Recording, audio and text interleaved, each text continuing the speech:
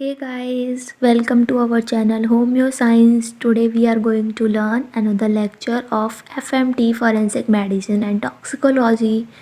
So let's get started. हम थैनेटोलॉजी में आगे पढ़ रहे हैं science of death.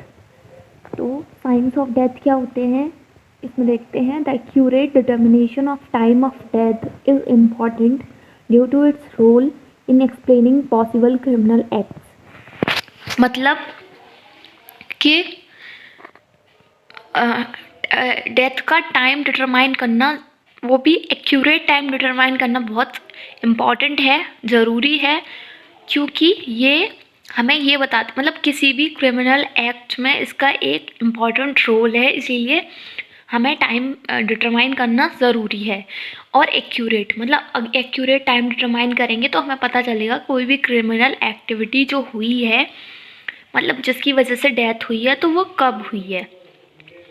The changes which occur after death are helpful in estimation of approx time of death। और death के बाद जो चेंजेस होते हैं वो हेल्पफुल है, मतलब हेल्प करते हैं किस में, टाइम ऑफ डेथ का एस्टिमेशन लगाने में, अप्रॉक्स एस्टिमेशन लगाने में। मतलब अगर हमें डेथ के बाद जो चेंजेस हुए हैं हम उनसे ये पता लगा सकते हैं कि अप्रॉक्स, या फिर मतलब एक एस्टिमेट लगा सकते हैं, मतलब अप्रॉक्स इतने टाइम पे डेथ हुई थी या फिर इतने टाइम पहले डेथ हुई थी। अब देख रहे हैं हम changes after death. Immediate changes. Immediate changes क्या होते हैं? Stoppage of function of nervous system, stoppage of respiration, stoppage of circulation. मतलब क्या है इमीडिएट चेंजेस? मतलब जो जैसे कोई इंसान डेथ में गया तो जो सबसे पहले मिलेंगे, तो हमने पढ़ा था कि सबसे पहले क्या होता है, सिजेशन होता है हार्ट, लंग और ब्रेन का। मतलब हमने पढ़ा था, तीन चीज़ें पढ़ी थी हमने, कॉमा, सिनकोप और एक्सपिक्सिया। तो सबसे पहले इनमें से कोई एक साइन अपीयर होगा जिसकी वजह से डेथ होगी, और डेथ होगी तो ये दोनों भी काम, मतलब फिर बाकी के दोनों भी काम नहीं करेंगे। मतलब सपोज अगर नर्वस सिस्टम की सजेशन से डेथ हुई है तो उसके बाद मतलब नर्वस सिस्टम का सजेशन हुआ, उसकी वजह से डेथ हुई है, तो सबसे पहले नर्वस सिस्टम सीज करेगा, उसके बाद अपने आप रेस्पिरेशन और सर्कुलेशन किसी चीज़ की कमी से, जैसे हाइपोक्सिया हुआ तो हाइपोक्सिया हुआ तो हाइपोक्सिया की वजह से रेस्पिरेशन कम होगा, उस रेस्पिरेशन की स्टॉपेज होगी, धीरे धीरे करके एनॉक्सिया होगा, और उसी से सर्कुलेशन में क्या होगा, ब्लड जा रहा है तो ऑक्सीजनेटेड ब्लड नहीं ले जा रहा, तो ऑर्गन फेलियर होगा, तो हार्ट और ब्रेन तक ऑक्सीजन नहीं पहुंचेगी, तो उसकी वजह से नर्वस सिस्टम की भी स्टॉपेज हो जाएगी और सर्कुलेशन भी रुक जाएगा। तो ये क्या है, इमीडिएट चेंजेस। उसके बाद हैं अर्ली चेंजेस। अर्ली चेंजेस कौन कौन से होते हैं? सबसे पहला चेंज है चेंज इन आई। आई में क्या क्या चेंज आता है इसमें दिया है। मतलब सबसे पहले तो अगर हम देखें तो क्या होगा, सबसे पहले स्किन पेल पड़ेगी और फेस पेल पड़ेगा, स्किन की इलास्टिसिटी ख़त्म हो जाएगी। तो वो नीचे हमने लिखा है इसमें चेंजेस क्या क्या आते हैं। तो पहले हम पढ़ लेते हैं चेंज इन स्किन, उसके बाद पढ़ेंगे चेंज इन आई। तो चेंज इन स्किन क्या है? स्किन पेल और एस वाइट पड़ जाएगी, मतलब राख जैसी सफ़ेद और एकदम पेल पड़ जाएगी। किसकी वजह से? क्योंकि सर्कुलेशन रुक गया। सर्कुलेशन रुक गया तो ब्लड तो अब पंप नहीं कर रहा, पूरी बॉडी में ब्लड फ्लो नहीं हो रहा, तो स्किन पेल पड़ जाएगी, लिप्स ब्राउनिश हो जाएंगे, ड्राई हो जाएंगे और हार्ड हो जाएंगे, और स्किन अपनी इलास्टिसिटी खो देगी, जिसकी वजह से क्या होगा, फेस पे क्रीजेज हैं वो ख़त्म हो जाएंगे, इलास्टिसिटी ख़त्म होगी, तो जो भी क्रीजेज हैं वो ख़त्म हो जाएंगे, जिससे क्या है, मरने के बाद यंगर लगने लगता है इंसान, पूरी बॉडी से नहीं, मतलब फेस यंगर लगने लगेगा उसका, क्रीजेस ख़त्म होने की वजह से। इलास्टिसिटी ख़त्म हुई तो क्रीजेस भी ख़त्म हो जाएंगे। अब देख रहे हैं चेंज इन आई। अब देख रहे हैं हम चेंज इन आई। तो चेंज इन आई में बहुत सारे चेंजेस होंगे। तो सबसे पहले एक इधर आप देख रहे हैं, ये एक आई बनी हुई है, इसमें 1 2 3 और RCT लिखा है। ये एक निमोनिक है, याद करने का कि सबसे पहले कौन सा चेंज आएगा। तो सबसे पहले आर यानी कि रेटिना, तो सबसे पहले रेटिना में चेंज आएगा, और वो टाइम भी दिया है 1 2 3 से 1 घंटे बाद, डेथ के 1 घंटे बाद चेंज दिखाई देगा रेटिना में। फिर उसके बाद दूसरा दिया है सी। सी मतलब कॉर्निया, तो डेथ के 2 घंटे बाद दिखाई देगा कॉर्निया में चेंज। और टी फॉर टेकेनॉयर। टेकेनॉयर क्या होता है? अगर टेकेनॉयर को फ्रेंच में ब्लैक लाइन बोलते हैं, मतलब आईलिड्स खुली रह जाती हैं डेथ के बाद। इस वजह से आँख में 2 ट्राइंगल्स बन जाते हैं येलो कलर के, और फिर वो धीरे कहाँ पर? स्क्लेरा पे, हरे आइरिस के दोनों साइड पे, और फिर वो धीरे धीरे ब्राउन देन ब्लैक पड़ जाते हैं, तो टेकेनॉयर ब्लैक लाइन हो जाती है।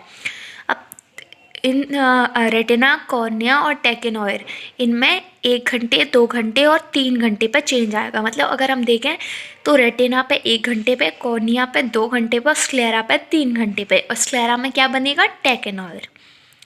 अब देखते हैं, सबसे पहले लॉस ऑफ इंट्राऑक्यूलर टेंशन। आँख में क्या क्या चेंज आएंगे वो पढ़ रहे हैं हम। तो हमने 3 पढ़ा, आरसीटी, रेटिना, कॉर्निया, टेकेनॉयर, यानी कि स्क्लेरा में हो रहा था। तो तीनों 1 घंटे, 2 घंटे, 3 घंटे पे हो रहे थे। अब इसके अलावा बाकी और चेंजेस हैं वो देख रहे हैं। Loss of intraocular tension normally होता है 25 mmHg, लेकिन डेथ के बाद हो जाता है 3 mmHg। अचानक से विदिन 30 मिनट में ये 25 mmHg से 3 mmHg रह जाता है, और डेथ के 2 घंटे बाद ये टेंशन ज़ीरो हो जाता है। प्यूपिल्स कैसे हो जाते हैं? मरने के बाद डायलेटेड हो जाते हैं एंड फिक्स्ड हो जाते हैं। फिक्स्ड एंड डायलेटेड, मूव नहीं करते, फिर वो फिक्स्ड हो जाते हैं। फिर लॉस ऑफ प्यूपिलरी रिफ्लेक्स। क्यों? क्योंकि प्यूपिल्स का रिफ्लेक्स ख़त्म हो जाता है, pupillary reflex. Loss of corneal reflex, corneal reflex भी ख़त्म हो जाता है। Fundus, phenomena of tracking in retina. Fundus में क्या होता है? ट्रकिंग दिखती है, जिसे हम कैटल ट्रकिंग और शंटिंग बोलते हैं। इसमें क्या होता है? जो रेटिना में रेटिनल वेसल्स होती हैं, उनमें जो ब्लड होता है वो फ्रेगमेंटेड और सेगमेंटेड दिखने लगता है, मतलब सर्कुलेशन रुक गया, तो अब वो ऐसा लगता है कि उसके फ्रेगमेंट्स पड़े हैं वहाँ पर, और ये तुरंत दिखने लगता है कुछ सेकंड्स या कुछ मिनट में डेथ के बाद, और 1 घंटे तक रहता है। तो ट्रकिंग दिखती है हमें फंडस में। टेकेनॉयर ब्लैक लाइन दिखेगी, ये पढ़ चुके।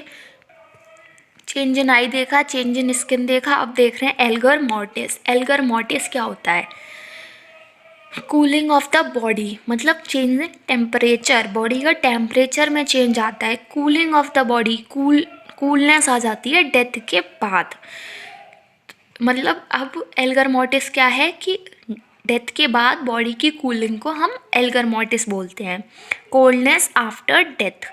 नॉर्मल ओरल टेम्परेचर लिविंग में होता है 37 डिग्री सेल्सियस और 98.6 डिग्री फ़ारेनहाइट, लेकिन और रेक्टल टेम्परेचर होता है 0.5 degree Celsius higher than the oral.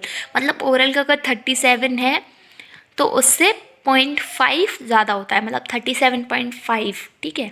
लेकिन after death temperature of body decreases and after some hours it tend to be equal to the temperature of its immediate environment। तो क्या होता है कि आफ्टर डेथ, मतलब मरने के बाद जो बॉडी का टेम्परेचर होता है वो कम हो जाता है, मतलब डिक्रीज़ होना स्टार्ट कर देता है। जैसी कोई पर्सन की डेथ हुई तो उसका टेम्परेचर धीरे धीरे गिरना स्टार्ट करेगा, लेकिन कुछ घंटे बाद बॉडी का टेम्परेचर उसके इमीडिएट इन्वायरमेंट के इक्वल हो जाता है। मतलब जिस इन्वायरमेंट में उसकी बॉडी रखी है उसके बराबर उसकी बॉडी का टेम्परेचर हो जाएगा। Surface temperature decreases, inner core temperature decreases. Surface temperature decreases, जो सरफेस टेम्परेचर होता है वो डिक्रीज़ होता है, और किससे ज़्यादा जल्दी होता है? इनर कोर टेम्परेचर पे। तो देखा है surface temperature decreases more than inner core temperature. तो जो सरफेस टेम्परेचर है वो इनर कोर टेम्परेचर से ज़्यादा जल्दी ज़्यादा गिरता है। नेक्स्ट है fall of temperature. Fall of temperature क्या है? Due to suggestion of energy production in activity of heat rulings regulating centre. क्या होता है? हमारी बॉडी में एक हीट रेगुलेटिंग सेंटर है, मतलब हर एक फंक्शन कोई ना कोई परफॉर्म कर रहा है, तो heat regulating centre heat produce कर रहा है। मतलब जितना बॉडी टेम्परेचर चाहिए होता है नॉर्मल फंक्शनिंग के लिए उतना होता है हमारा। लेकिन डेथ के बाद या फिर कहें कि सोमैटिक डेथ के बाद क्या होता है कि जो बॉडी का टेम्परेचर होता है वो, या फिर कैडेवर बोलें क्योंकि डेड बॉडी है वो, तो उसका टेम्परेचर गिरने लगता है। क्यों गिरने लगता है? क्योंकि जो एनर्जी प्रोडक्शन होता है वो रुक जाता है। क्योंकि एनर्जी प्रोडक्शन क्यों रुक जाता है? क्योंकि हीट रेगुलेटिंग सेंटर काम नहीं कर रहे। जब बॉडी में कुछ भी फंक्शनिंग नहीं कर रहा तो फंक्शन हो ही नहीं रहा है। जब ब्रेन ही डेड हो गया, कोई हार्मोन्स रिलीज नहीं हो रहे, तो सारे फंक्शंस रुक गए। तो उसकी वजह से एनर्जी प्रोडक्शन नहीं हो पाता, उसकी वजह से टेम्परेचर गिरने लगता है और इमीडिएट इन्वायरमेंट टेम्परेचर के इक्वल हो जाता है। Loss of body heat. Body heat का लॉस होता है 3 मेथड से: कंडक्शन, रेडिएशन एंड इवेपोरेशन। मतलब जब भी बॉडी एटमॉस्फेरिक एनवायरनमेंट में होती है तो उसमें कंडक्शन और कन्वेक्शन होता है। तो उसकी वजह से क्या होता है? बॉडी हीट की वजह से टेम्परेचर लॉस हो जाता है, कंडक्शन, रेडिएशन और इवेपोरेशन की वजह से। फिर है recording of temperature in cadaver. किसी भी डेड बॉडी का टेम्परेचर कैसे रिकॉर्ड करते हैं? क्लिनिकल थर्मामीटर से करते हैं, जिसकी लेंथ होती है 25 सेंटीमीटर और जिसकी ग्रेजुएशन रेंज करती है 0 degree Celsius to 50 degree Celsius. मतलब ऐसा क्लिनिकल थर्मामीटर लेंगे जिसमें 0 से लेके 50 डिग्री सेल्सियस तक रेंजिंग होंगी, 25 सेंटीमीटर उसकी लेंथ होगी। और टेम्परेचर रिकॉर्ड कहाँ करते हैं? सब हेपेटिक रीजन में और रेक्टम में, एनस के 4 इंचेस ऊपर। Fall of temperature from surface, initial plateau, isothermic phase. यहाँ एक ग्राफ दिखाया गया है कि सबसे पहले क्या हुआ, टेम्परेचर ज़्यादा था जब डेथ हुई थी, फिर उसके बाद धीरे धीरे कम होता गया, सिग्मॉइड कर्व बना और फिर जाकर टेम्परेचर बहुत कम हो गया। तो क्या है, सबसे पहले fall of temperature from surface, मतलब जब बॉडी सरफेस से टेम्परेचर कम हुआ, मतलब इनिशियल प्लेट्यू क्या है, आइसोथर्मिक फेज है, मतलब टेम्परेचर तब बहुत कम होना स्टार्ट हुआ था। फिर उसके बाद fall of temperature from core of cadaver, मतलब पहले सरफेस से कम हो रहा था तो कम धीरे धीरे कम हो रहा था। फिर कैडेवर की कोर का टेम्परेचर भी गिरने लग गया, तो कैसा कर्व बना, सिग्मॉइड कर्व, और फिर 0 हो गया अप्रॉक्स। मतलब अप्रॉक्स 0 नहीं हुआ, मतलब जो इन्वायरमेंट का टेम्परेचर होगा उसके इक्वल हो गया। तो जैसे जैसे टाइम बढ़ता गया वैसे वैसे टेम्परेचर डिक्रीज होता गया। नेक्स्ट है medico legal importance. Medico legal importance क्या है? ये एल्गर मोर्टिस की। एल्गर मोर्टिस क्या है? साइन ऑफ डेथ है, कि डेथ के बाद ही तो बॉडी कूल कर रही है, तो डेथ का साइन है। Time since death can be estimated. अब हम इससे पता लगा सकते हैं कि डेथ कब हुई है, क्योंकि अगर तुरंत डेथ हुई होगी तो टेम्परेचर प्लेट्यू होगा, मतलब आइसोथर्मल फेज में होगा, तो कम गिरेगा। फिर अगर काफ़ी टाइम हो गया होगा तो इन्वायरमेंट के इक्वल होगा।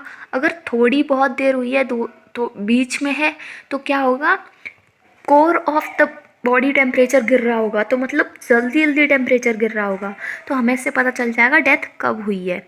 Early cooling of the body delays the process of rigor mortis and दस रिटार्ड डिकम्पोजिशन। अगर बॉडी की कूलिंग जल्दी हो रही है, मतलब ऐसे इन्वायरमेंट में जो इन्वायरमेंट ठंडा है या फिर एवोपरेशन रेडिएशन ज़्यादा जल्दी हो रहा है जिससे बॉडी की कूलिंग जल्दी हो रही है, तो उसकी जल्दी कूलिंग होने की वजह से क्या होगा, जो राइगर मोर्टिस है वो डिले कर जाएगी और डिकम्पोजिशन रेट कम हो जाएगी। राइगर मोर्टिस क्या होती है, स्टिफनिंग ऑफ मसल्स, आगे पढ़ेंगे वो। हमने पढ़ा कि एल्गर मोर्टिस से हम टाइम सिंस डेथ एस्टिमेट कर सकते हैं। तो कैसे एस्टिमेट करेंगे, तो हम लेंगे नॉर्मल रेक्टल टेम्परेचर। हमने पढ़ा था कि रेक्टल टेम्परेचर या फिर सब हेपेटिक टेम्परेचर लेते हैं, तो normal rectal temperature minus measured rectal temperature upon rate of fall of temperature पर हार।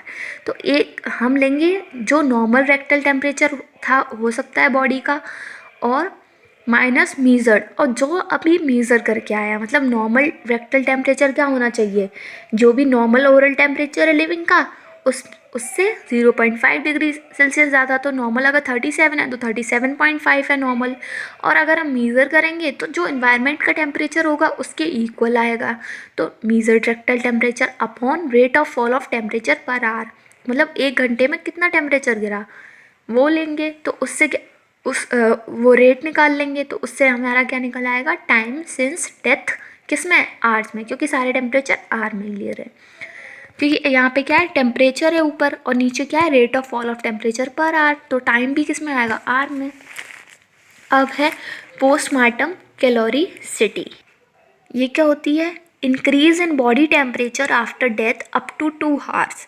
क्या होता है, जैसे हमने पढ़ा कि डेथ हुई है तो कूलिंग होगी बॉडी की, लेकिन कुछ केसेस में क्या होता है कि कूलिंग की जगह जो डेड बॉडी का जो टेम्परेचर होता है वो कुछ शुरुआती कुछ घंटों के लिए, यहाँ पे दिया है 2 घंटों के लिए हाई बना रहता है। तो increase in body temperature after death up to 2 hours, इसको बोलते हैं पोस्टमार्टम कैलोरीसिटी।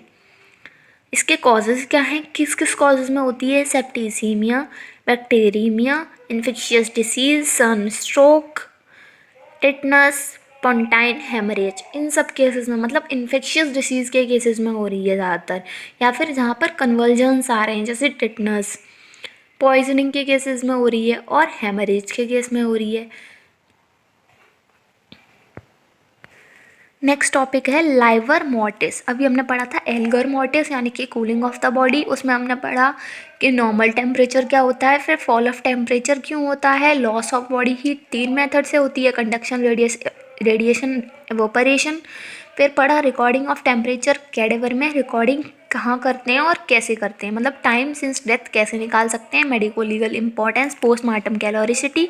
अब हम पढ़ रहे हैं लाइवर मोर्टिस यानी कि पोस्टमार्टम स्टेनिंग। इसको पोस्टमार्टम और कैडावेरिक लिविडिटी भी बोलते हैं। तो अगर एग्जाम में क्वेश्चन आएगा तो लाइवर मोर्टिस के नाम से भी आ सकता है, पोस्टमार्टम स्टेनिंग के नाम से भी आ सकता है, और पोस्टमार्टम लिविडिटी या फिर कैडावेरिक लिविडिटी या फिर हाइपोस्टेसिस, इन सब नाम से भी आ सकता है। तो हमें सब कुछ भी आए, हमें डिफाइन क्या करना है, लाइवर मोर्टिस यानी कि पोस्टमार्टम स्टेनिंग। इसमें क्या होता है, ब्लूइश और purplish red colour discolouration due to settling of body by gravitational force within the dependent dilated and toneless small veins and capillaries of rete mucosum. हाँ, तो क्या होता है इसमें, ब्लूइश और पर्पलिश रेड डिस्कलरेशन हो जाता है, मतलब बॉडी नीली पड़ने लगती है, या फिर हम कहें पर्पलिश रेड पड़ने लगती है बॉडी। क्यों पड़ने लगती है, क्योंकि जब कोई इंसान मर जाता है, नहीं मतलब कैडेवर में क्या होता है कि जो ग्रेविटेशनल फोर्स होता है बॉडी का वो सेटल होने लगता है। तो ग्रेविटेशनल फोर्स एक जगह पर सेटल होगा तो जो ब्लड फ्लो है वो एक जगह पर रुक जाएगा। तो जिसकी वजह से क्या होता है, कैपिलरी और वेंस में ब्लड रुक जाता है। जो टोनलेस कैपिलरी और वेंस होती हैं वहाँ पर ब्लड की सेटलिंग हो जाती है ग्रेविटेशन फोर्स की वजह से। तो क्या होता है, जैसे कोई बॉडी लटका दी तो अब उसका ग्रेविटेशनल फोर्स कहाँ होगा सबसे ज़्यादा, उसके पैरों में, मतलब नीचे की तरफ। तो क्या होता है, उसके पैरों में क्या जैसे नीले पड़ जाएं ऐसा होता है, मतलब जो भी डिपेंडेंट पार्ट होते हैं डेड बॉडी के उनमें क्या होता है, ब्लड की सेटलिंग हो जाती है ग्रेविटेशनल फोर्स की वजह से। तो उसको बोलते हैं लाइवर मोर्टिस और पोस्टमार्टम स्टेनिंग। मतलब जैसे अगर कोई बॉडी पड़ी हुई है डेथ के बाद, मतलब किसी इंसान की डेथ हुई और वो गिर गया, लेटा है, मतलब लेटी हुई हालत में हुई है, तो उसकी जो पोस्टमार्टम स्टेनिंग मिलेगी वो कहाँ मिलेगी, उसकी बैक पे मिलेगी। ठीक है, तो यही है, इसको बोलते हैं लाइवर मोर्टिस। नेक्स्ट टॉपिक है डिस्ट्रीब्यूशन ऑफ पोस्टमार्टम स्टेनिंग, मतलब लाइवर मोर्टिस का डिस्ट्रीब्यूशन कैसे होता है। तो सुपाइन पोजीशन में अगर कोई डेड बॉडी मिली है तो कहाँ मिलेगा, डिपेंडेंट पार्ट क्या है, बैक। अगर प्रोन पोजीशन में कोई बॉडी मिली है तो डिपेंडेंट पार्ट क्या है, फ्रंट। अगर कोई बॉडी लेटरल पोजीशन में मिली है तो जिस साइड पे वो जिस साइड पे वो मिली है, जिस लेटरल साइड पे, उसी साइड पे क्या होगी, स्टेनिंग मिलेगी, मतलब एक साइड पे जो भी डिपेंडेंट पार्ट होगा। अब नेक्स्ट टॉपिक है डेवलपमेंट ऑफ पोस्टमार्टम स्टेनिंग।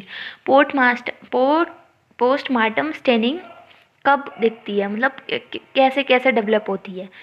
तो डेथ के 3-4 घंटे बाद, मतलब ग्रेविटेशनल फोर्स को सेटल होने में जितना टाइम लगता है उतने टाइम में ये विजिबल होगी हमें। फिर उसके बाद 6 से 12 घंटे में मैक्सिमम दिखाई देगी, 7 से 8 घंटे में इसका फिक्सेशन हो जाएगा। और डिकम फिर डिकम्पोजिशन के टाइम पे क्या होगा, मतलब जब तक डिकम्पोजिशन नहीं हो जाता ये फिक्स रहेगी। मतलब जैसे क्या हुआ, जैसे कोई इंसान मरा 3 से 4 घंटे में उसकी बॉडी पे हल्का हल्का ब्लूइश और पर्पलिश डिस्कलरेशन दिखने लगेगा। फिर 6 से 12 घंटे हो गए तो और ज़्यादा दिखने लगेगा। फिर क्या होगा, वो 7-8 घंटे में वो क्या हो जाता है, उसका फिक्सेशन हो जाता है। मतलब 6 से 12 घंटे के बीच में जब ज़्यादा होगा तो वहीं फिक्स रह जाएगा एक जगह।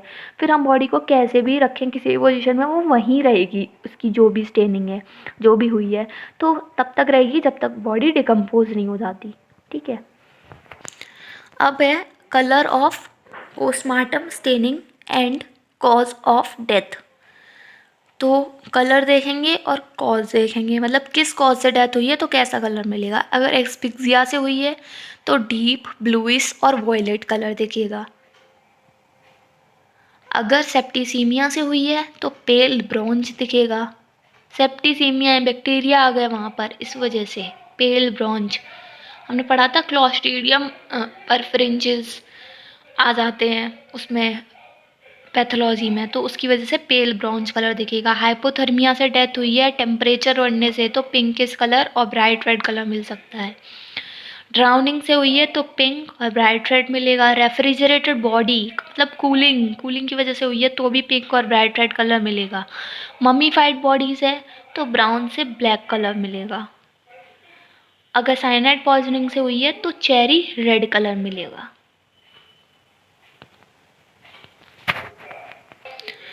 तो सब में अलग अलग कलर मिल रहे थे। अब ऐसा क्यों हो रहा था, जैसे हमने देखा एस्फिक्सिया मतलब दम घुटने से, यानी कि ऑक्सीजन की कमी से हुई है। तो ऑक्सीजन जब वहाँ पर हीमोग्लोबिन जो होगी वो ऑक्सीजन बाइंड नहीं होगी, मतलब डीऑक्सी हीमोग्लोबिन होगी, तो इसकी वजह से ब्लू और वॉयलेट मिल रहा था। फिर बैक्टीरिया की वजह से सेप्टिसीमिया में पेल ब्रॉन्ज मिल रहा था। हाइपरथर्मिया में पिंक और वाइट रेड मिल रहा था। क्यों मिल रहा था, क्योंकि यहाँ पर क्या होता है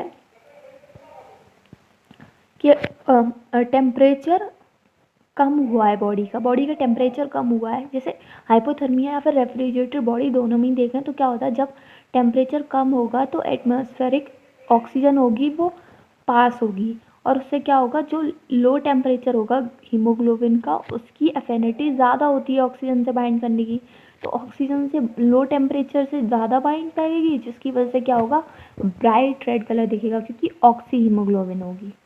ठीक है।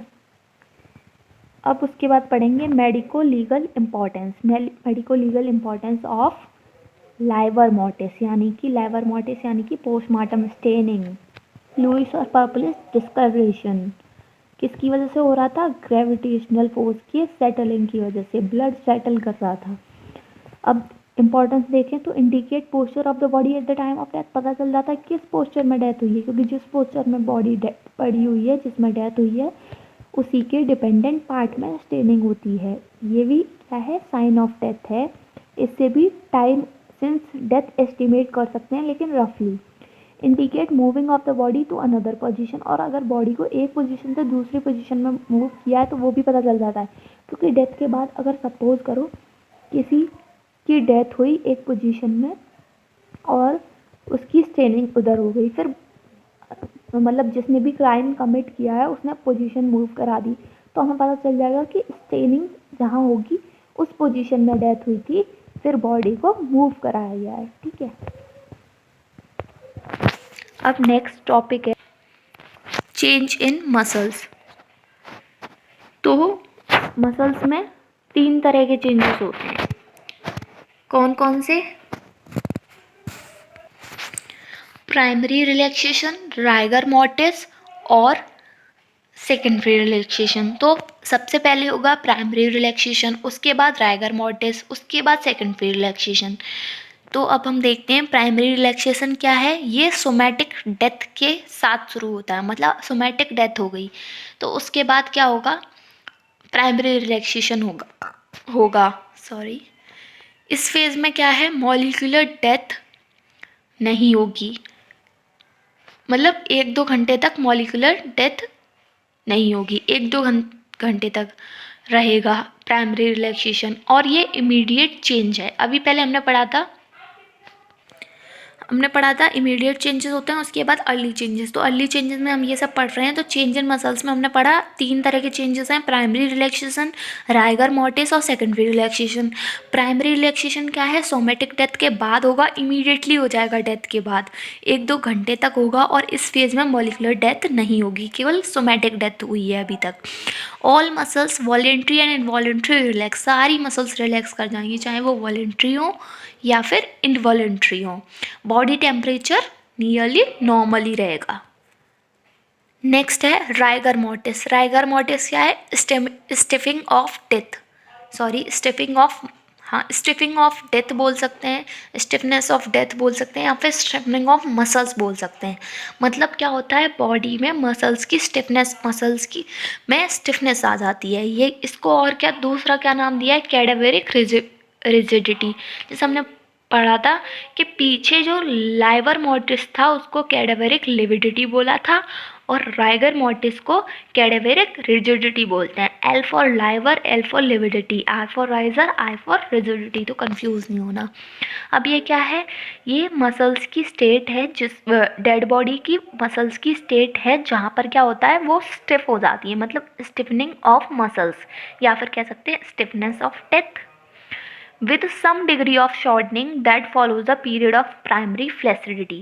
ठीक है, प्राइमरी फ्लैसिडिटी क्या कब हुई, प्राइमरी रिलैक्सेशन को ही बोला है प्राइमरी फ्लैसिडिटी, मतलब पहले फ्लैसिडिटी हुई उसके बाद क्या हुआ, राइगर मॉर्टिस, मतलब फॉलो किसको किया, प्राइमरी फ्लैसिडिटी। प्राइमरी फ्लैसिडिटी के बाद राइगर मॉर्टिस हुई, जिसमें क्या हुआ, जो डेड बॉडी की जो मसल्स हैं वो स्टिफ कर गई और कुछ क्या हुआ, कुछ डिग्री की शॉर्टनिंग हो गई। अब मैकेनिज्म देखेंगे। मैकेनिज्म क्या है, in life for contraction and relaxation of muscles ATP is required. अगर कोई बॉडी लाइव है या फिर हम कह रहे हैं लिविंग बॉडी में क्या हो रहा है कि अगर मसल्स का कॉन्ट्रैक्शन होगा या रिलैक्सेशन होगा तो हमें एटीपी की ज़रूरत पड़ेगी। ATP is an high concentration in resting muscles and the balance between ATP concentration, consumption and resynthesis is maintained। तो क्या हो रहा है कि एटीपी हाई कंसंट्रेशन में होती है रेस्टिंग मसल्स में, तो अगर एटीपी कंजप्शन हो रहा है या फिर रीसिंथेसिस हो रहा है वो मेंटेन्ड होता है उसके बीच का, मतलब नॉर्मल, ये नॉर्मल लिविंग बॉडी की बात हो रही है। नॉर्मल ह्यूमन बीइंग में क्या हो रहा है कि एटीपी का कॉन्सेंट्रेशन हाई होता है रेस्टिंग मसल्स में और एटीपी कंजप्शन और रीसिंथेसिस मेंटेन्ड होती है। After death the failure of resynthesis of ATP leads to fall in its concentration.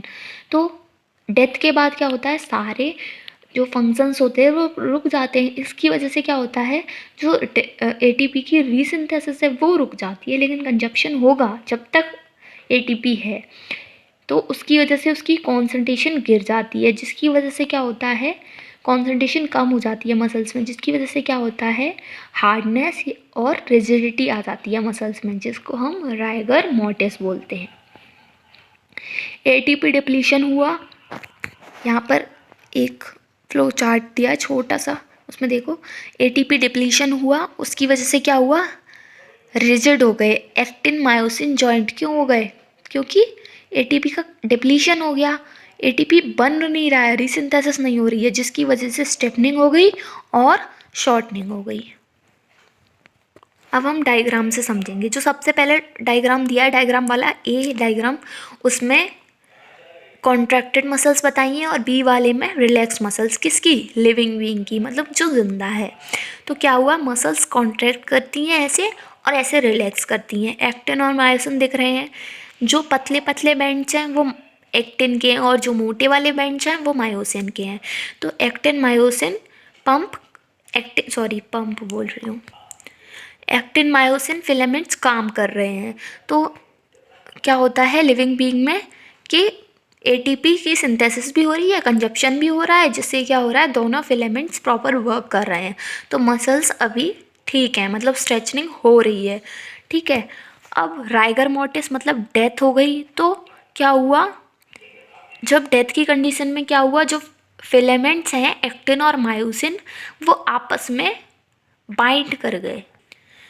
यहाँ पर क्या हुआ, लाइफ में क्या था, एक्टिन और मायोसिन अलग अलग थे, मूवमेंट हो रहा था तब भी, कॉन्ट्रैक्शन में भी, रिलैक्सेशन में भी। लेकिन यहाँ क्या होगा कि जैसे ही एटीपी का डिप्लीशन हुआ, रीसिंथेसिस नहीं हो रहा, तो मतलब जैसे ही ग्लाइकोजन एग्जॉस्ट होगा तो रीसिंथेसिस नहीं होगा एटीपी का, तो उससे क्या होगा, मसल्स की सॉफ्टनेस, इलास्टिसिटी या फिर हम कहें एक्सटेंसिबिलिटी सब खत्म हो जाएगी।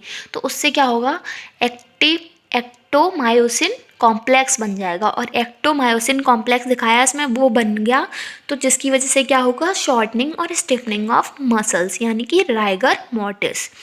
तो राइगर मोर्टिस स्टार्ट होती है कब, जब एटीपी डिप्लीशन 15% हुआ है, और जब एटीपी डिप्लीशन मैक्सिमम हो जाएगा तो राइगर मोर्टिस मैक्सिमम हो जाएगी, मतलब 85% हुआ है तो। अब नेक्स्ट टॉपिक है order of appearance of rigor mortis. तो ये देखेंगे निस्टेंस लॉ से। निस्टेंस लॉ क्या है कि यहाँ पर rigor mortis usually develop sequentially and follows a descending pattern. अब इसमें दिया है कि राइगर मोर्टिस यूजुअली कैसे होती है, ऑर्डर देख रहे हैं हम, सीक्वेंशियली होती है और डिसेंडिंग पाथ में होती है। तो जैसे कोई ह्यूमन बॉडी है तो सबसे पहले हेड से स्टार्ट होगी, फिर टो तक जाएगी, तो ऊपर से लेके नीचे तक होता है इसका ऑर्डर। तो हमने देखा है कि और इसके अलावा वॉल्यूंटरी मसल्स में it appears in external upper eyelid.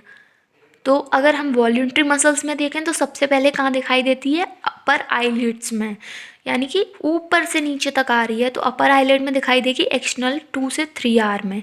और अगर इनवॉल्यूंटरी मसल्स में देखें तो सबसे पहले दिखाई दे रही है मायोकार्डियम में 1 से 2 घंटे में। बाकी अगर ऑर्डर देखें तो ऊपर से नीचे दिखाई देगी।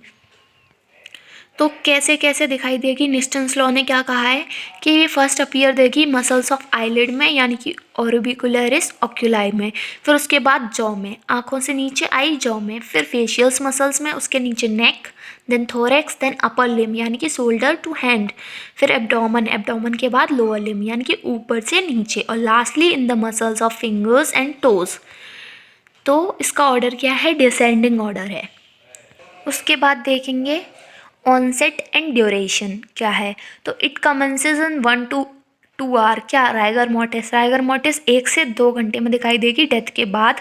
Takes about 9 to 12 hour to develop from head to foot, मतलब सर से पैर तक दिखने में 9 से 12 घंटे लगा लेगी। Persist of another 12 hour and takes 12 hour to pass off.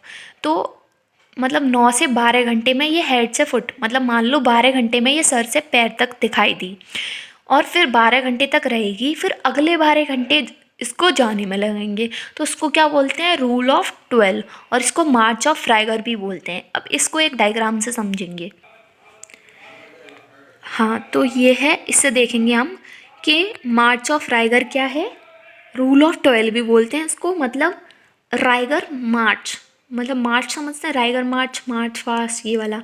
तो इसमें हमें पता चलेगा कि राइगर मोर्टिस बॉडी में कैसे अपीयर हुई और कैसे गई, इसको बोलते हैं मार्च। तो 0 से 12 घंटे तक ये क्या हुई, डेवलप हुई, 12 घंटे से डेवलप होने में लगे, फिर 12 से 24 घंटे तक ये रुकेगी, और फिर 24 से 36 घंटे, 0 से 12 आवर में ये डेवलप हुई, 12 से 24 आवर में ये रुकी, यानी कि 12 से 24 के बीच में कितने घंटे, 12 घंटे ये रुकी, और फिर 24 से 36 तक ये पास ऑफ होकर गई है, यानी कि 12 घंटे में ये पास ऑफ हुई, ये टाइम है।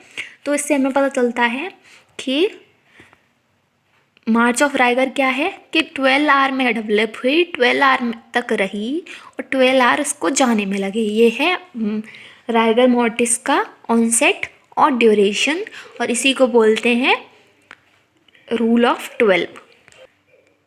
नेक्स्ट है testing of rigor mortis. Rigor की टेस्टिंग कैसे करते हैं, तो बाय लिफ्टिंग द आईलिड्स उठाकर देख लेंगे, depressing the jaw and gently bending the neck को जेंटली बेंड करके देखेंगे, and joint of all four limbs, और सारे फोर लिम्स के जॉइंट।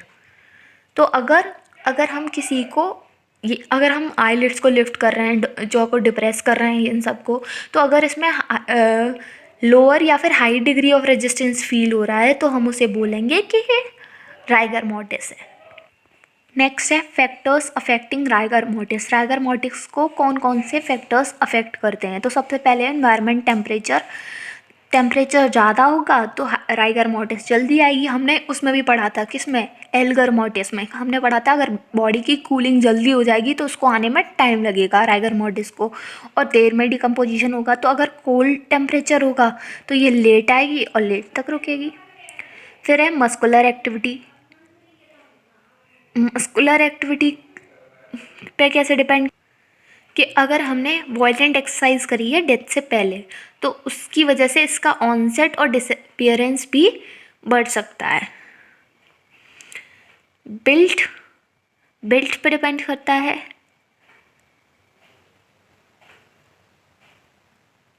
मतलब जो लोग पतले हैं उनमें ये जल्दी आएगी और जल्दी आएगी, लेकिन जो स्ट्रॉन्ग मस्कुलेचर वाले हैं उनमें ये वेल मार्क्ड होगी, देर तक रुकेगी और देर में जाएगी। कॉज ऑफ डेथ और बॉडी की कंडीशन पर भी डिपेंड करता है।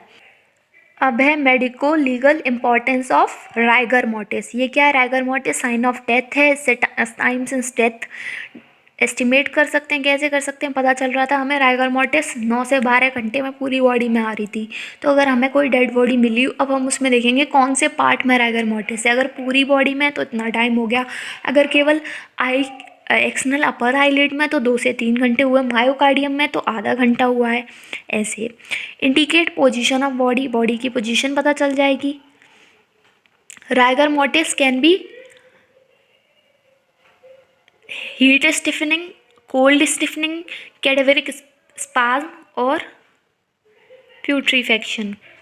मतलब क्या है, राइगर मोर्टिस स्टिमुलेट, मतलब कुछ कंडीशंस हैं डेड बॉडीज़ की जिनमें राइगर मोर्टिस स्टिमुलेट होती है। हीट स्टिफनिंग हो सकती है, कोल्ड स्टिफनिंग हो सकती है, कैडेवरिक स्पाज्म या फिर प्यूट्रीफेक्शन। तो एक एक करके पढ़ेंगे सारे, बाद में देख लेंगे, लेकिन इसके बाद इससे पहले हम देखते हैं सेकेंडरी रिलैक्सेशन।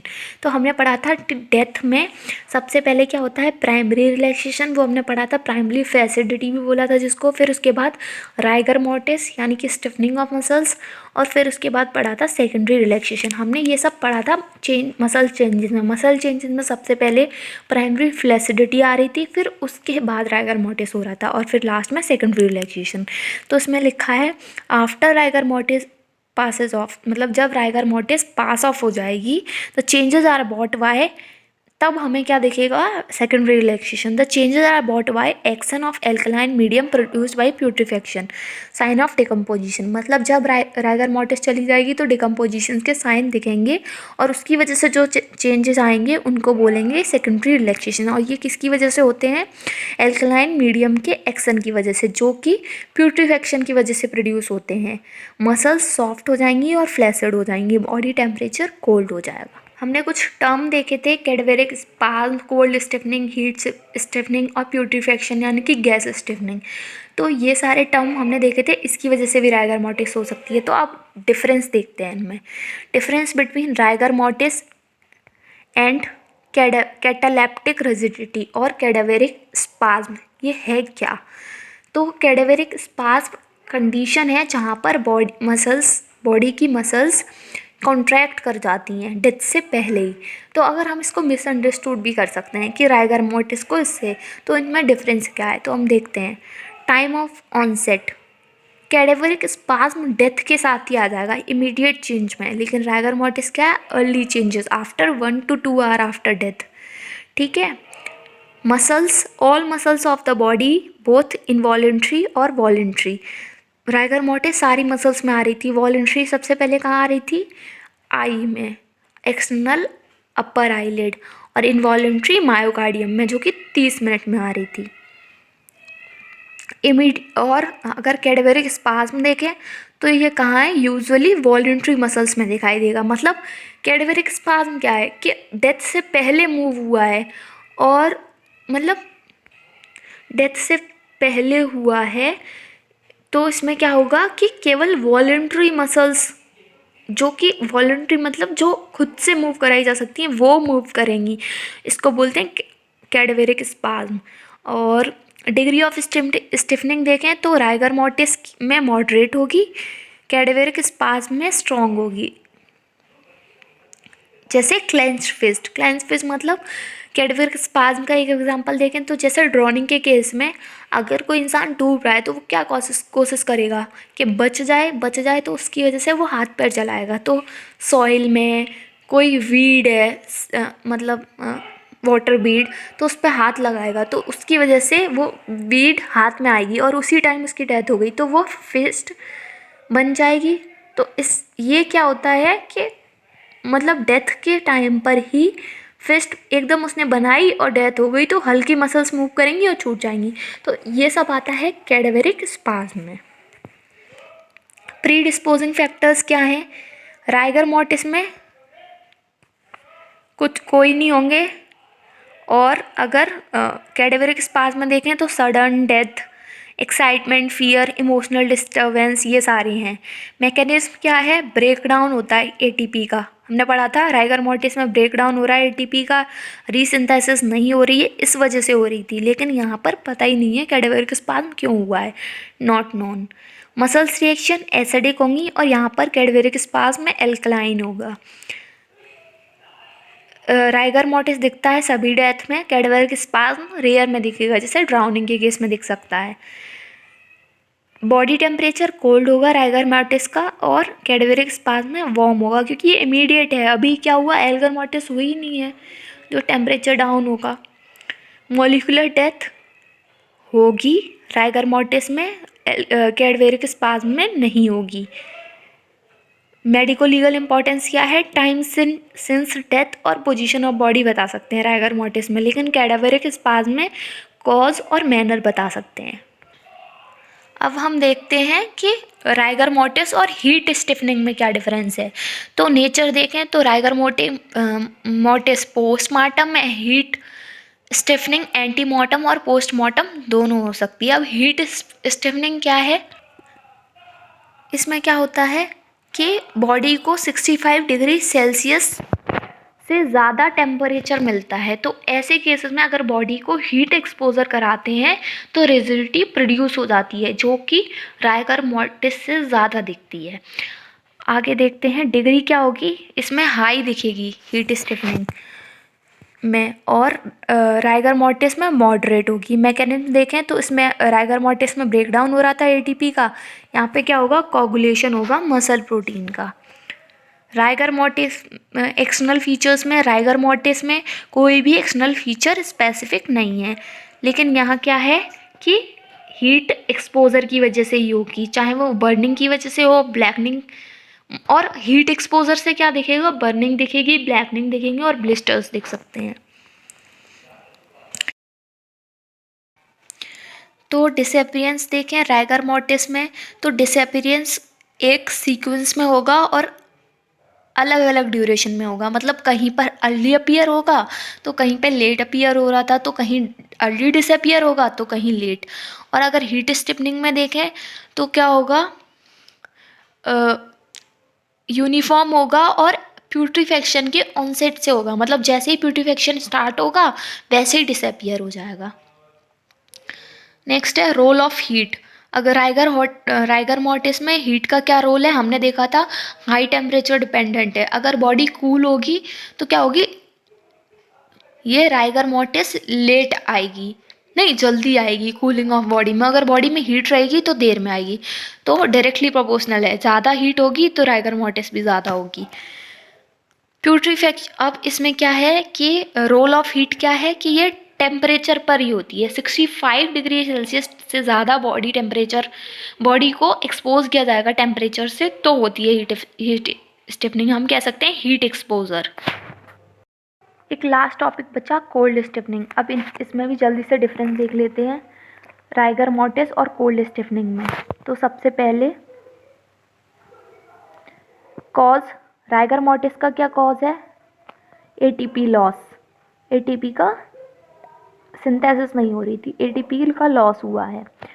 कोल्ड स्टिफनिंग में क्या है? टेम्परेचर 0 डिग्री सेल्सियस से कम हो गया। मतलब स्टिफनिंग में क्या हो रहा था, हीट स्टिफनिंग में कि हीट ज़्यादा हो गई, बॉडी हीट एक्सपोजर हो गया, यहाँ पे कोल्ड के एक्सपोजर हो गया।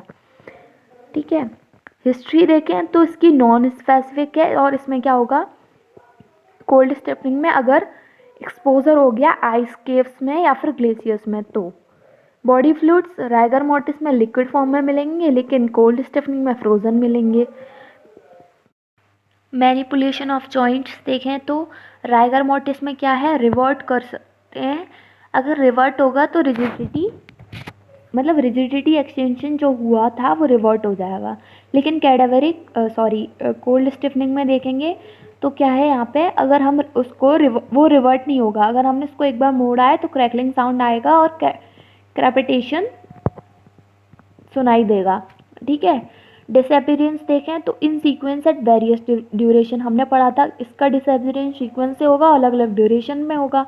लेकिन कोल्ड स्टिफनिंग में on thawing it goes and rigor mortis appears. Thawing में क्या, जैसे ही थॉइंग होगी वैसे ही क्या होगा, ये गायब हो जाएगी और राइगर मोर्टिस दिखाई देगी। हमने पढ़ा थैनेटोलॉजी में साइंस ऑफ डेथ, जिसमें हमने पढ़े चेंजेस आफ्टर डेथ, और उसमें हमने 2 चेंजेस पढ़े, immediate changes and early changes.